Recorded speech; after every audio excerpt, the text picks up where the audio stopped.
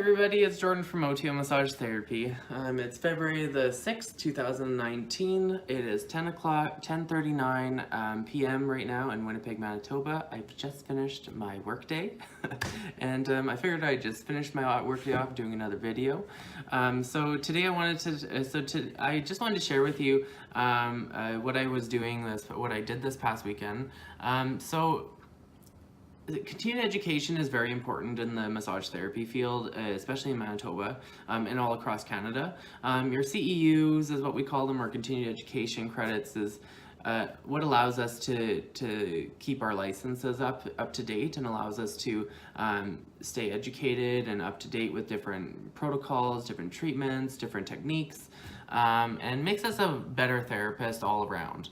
I take courses all the time, and I oftentimes will do business workshops, or I'll do massage workshops, or spa therapy workshops, or I'll volunteer at the Massage Therapy Association, Manitoba, and this past weekend we did I went and did a rib mobilization dysfunction course, and it allowed me to really get detailed assessment techniques under my belt for my clients.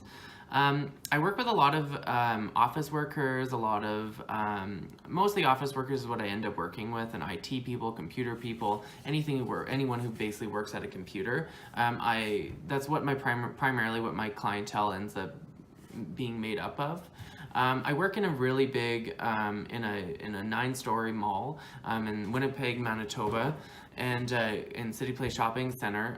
We have what's called public insurance here for our automobiles, so our cars, and the company that runs that is the Manitoba Public Insurance. And so MPI actually owns the building I reside in, where I do my work. And so most of my clientele actually is either people from the city, or it's working with people in MPI, and so on and so forth. And one thing I noticed over the last few months, actually the last couple of years, is that a lot of my clientele have a lot of conditions in the upper back, neck, and shoulders, the lower back, and up in the upper trap area. A lot of people end up working or have dysfunction there. I knew, based on my basic understanding of assessment, that there was definitely a rib dysfunction going on, but because I hadn't done any advanced training in ribs, I just did basic treatment and assessment of those particular areas, which is just usually just extrinsic techniques, which are techniques of actually applying techniques onto the person's body. So friction, petrissage, effleurage, tapotement, ischemic compression, things along those lines, which none of you actually understand or know about. Either way, so most of my treatments had to just end up being topical massage therapy techniques in order to relieve muscle tension, kind of put joints back into place, things along those lines. And I took it upon myself to get a little bit more education so I could better my job and better my understanding of the human body, and especially the rib cage, because a lot of my clients were coming in with these dysfunctions. And I'm just like, oh really? So you have rib dysfunction, I know that much, but I don't know how to treat it. I don't know what to do for it, manually anyways. And so this whole workshop I did this past weekend at Wellington College of Remedial Massage was very I learned a lot there. We basically did most of our training in about 6 different dysfunctions: anterior subluxation, posterior subluxation, torsions, flexed ribs, inhalation, exhalation restrictions, which are basically a whole smorgasbord of different dysfunctions that people can show up with. And so we learned all about how to assess those, how to treat those, and to mobilize those so that we can actually push a rib back into place and be able to give almost instant relief in our client's body. Rib dysfunctions are very interesting. I didn't realize how interesting and how intricate they can actually be. It involves a lot of breathing, a lot of holding the breath, exhaling the breath, putting you into different positions, twisting your body into positions in order to provide a therapeutic outcome with whatever the dysfunction or the client is showing up with. And we got really detailed into some more of the anatomy of the rib cage, how it moves, what its mobility is, what it's capable of doing, and all the different ranges and levels and planes that it actually moves in. And so I learned a lot about the about rib cages this past weekend, and I already have been treating people. I've probably treated already 4 people since Sunday who have shown up with rib dysfunction. I had one person who was who is a shingler, does like lots of like construction work and like roofing, and he was persisting with or showing up with this pain in his thoracic cage in the back, and he just couldn't let it go. He couldn't stretch it out. He couldn't do anything.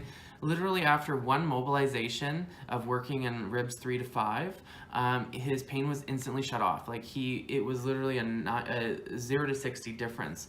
He went from feeling, oh my God, I can't move, to after doing this mobilization, which took maybe 5 to 10 minutes, and he got up off the table and he was like, it's gone. The pain's gone. And I was like, yay, it works. What I went and learned and spent the money to learn is actually working. And that was great. Then I had another customer or client come in the following day who was showing up with upper rib dysfunction. They had a flexed rib they had a subluxation of the first rib, or a raising of the first rib, which oftentimes can cause things like numbness and tingling down the arm, radiating pain down the shoulder. You just can't get comfortable. It can cause sleep deprivation, and it's really uncomfortable. It's a very nagging, kind of achy, kind of constant pain that just doesn't go away. And it's because of these muscles here in our neck here, we have what are called scalene muscles and sternocleidomastoid muscles in our neck here that basically attach right onto our clavicle, onto our first and second ribs. And when it comes to a raised rib, it's basically when the rib actually gets elevated because of the tight muscles, causing impingement or pain in the ganglia in the spinal cord, which is where like your veins, your arteries, and your nerves are, and it can cause constant pain, inflammation, swelling in more things than just in that particular joint. And I did a 30 or I did a I think it was a 30-minute treatment it was a 30-minute session I worked on him with. And after he was all loosened up with the muscle, or I worked on the muscles, loosened those up, I literally did one mobilization for the rib. It went, and it was done. His pain, he was like, oh my God, it's gone. It's gone. The pain's gone. So this training is obviously on the top shelf now of my most important education that I've come across thus far. It's going to help my career and help my clients out so much, and I have no idea where it's going to take me. And the cool thing is that in Winnipeg, you can't really say as a massage therapist that you specialize in things, but you can say you do focused work in a particular area, a particular joint, a particular muscle structure, or an anatomical structure, and you can focus into those. But therapists that it's against our association bylaws to say that we're better than anybody in any form or any sense. So saying that I specialize in pregnancy massage, or I specialize in hot stone, or I specialize in laser therapy, all these things are not really we're not supposed to. It's a kind of against our ethics, and it doesn't give an even playing ground with all of the different with all the different therapists who work around, and you never want to feel like you're better than anybody in any sense whatsoever. I'm a firm believer in massage therapists. We are a community. We should have the ability to be able to refer to each other. If we can't help a client, we should be able to send them to a different therapist so that because they focus in that particular area.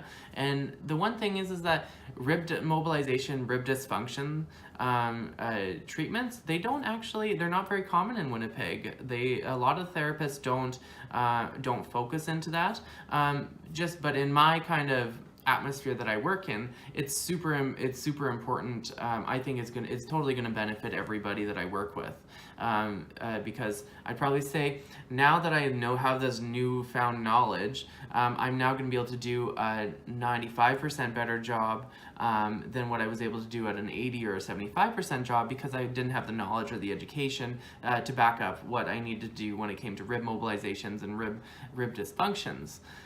So for those of you who are out there and you're dealing with any kind of rib dysfunction or any instant pain, that maybe you're having trouble sleeping, you can't sleep on a certain side, you have pain breathing, you have numbness and tingling going down your arm, or you have a constant achy pain kind of in your mid back or lower or mid to upper back, or things that radiate up into the neck, 9 out of 10, or 7 out of, probably say 9 out of 10 times, now that I have this knowledge, it's probably because your rib is out of alignment. So if your rib's out, then you have pressure on your nerves, pressure on your blood vessels, pressure on your arteries, which can cause excruciating inflammatory responses in your body. So I'm super happy that I've learned this knowledge, and I just wanted to do a video log on letting you know that I'm super excited about this. And for those of you who are watching this, if you're in the Winnipeg area or Manitoba area, or you're willing to, I don't know, pay for me to come travel to a different province in Canada, give me a call. You can always contact me at Motio Massage Therapy at 204-292-6463. You can call, you can text, and you can also book your appointments online at in my website at www.motiomassagetherapy.ca.